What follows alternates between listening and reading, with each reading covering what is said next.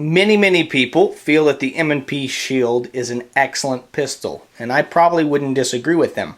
But there is one thing about the design of the M&P Shield that really annoys me, and that is that if you need to do routine maintenance and check the function of the pistol, in some cases you're going to have to drive the rear sight off in order to access some parts that go down in that little hole, and those two parts are these right here.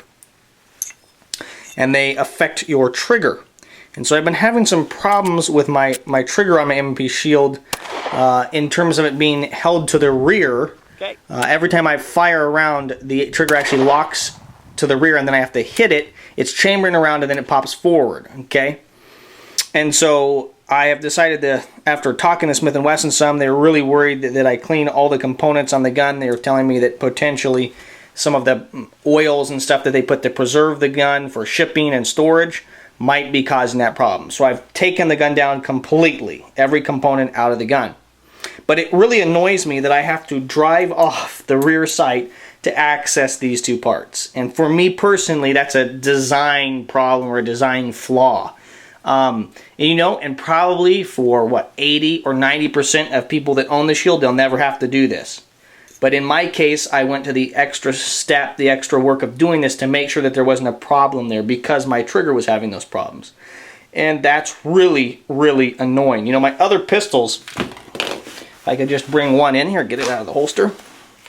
My other pistols don't have that problem. I can disassemble this entire gun, take all the guts out, clean them, and put them back in here in my Glock 26 in about 12 to 15 minutes.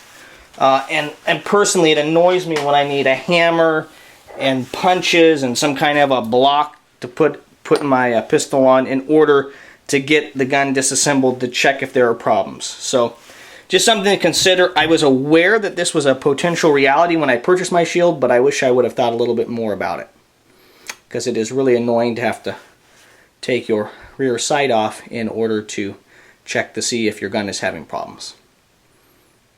I hope this video has been useful and helpful to you as you maybe ponder a purchase of an M&P Shield. It still is a good gun. I have encouraged some of my friends to purchase them in the past. I would probably still do that, but this is something that I wish I would have thought a little bit more carefully about.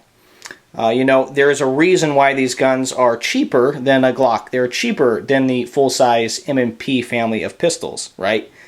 And one of those reasons is probably that this design made it easier to manufacture in some way and got their costs down.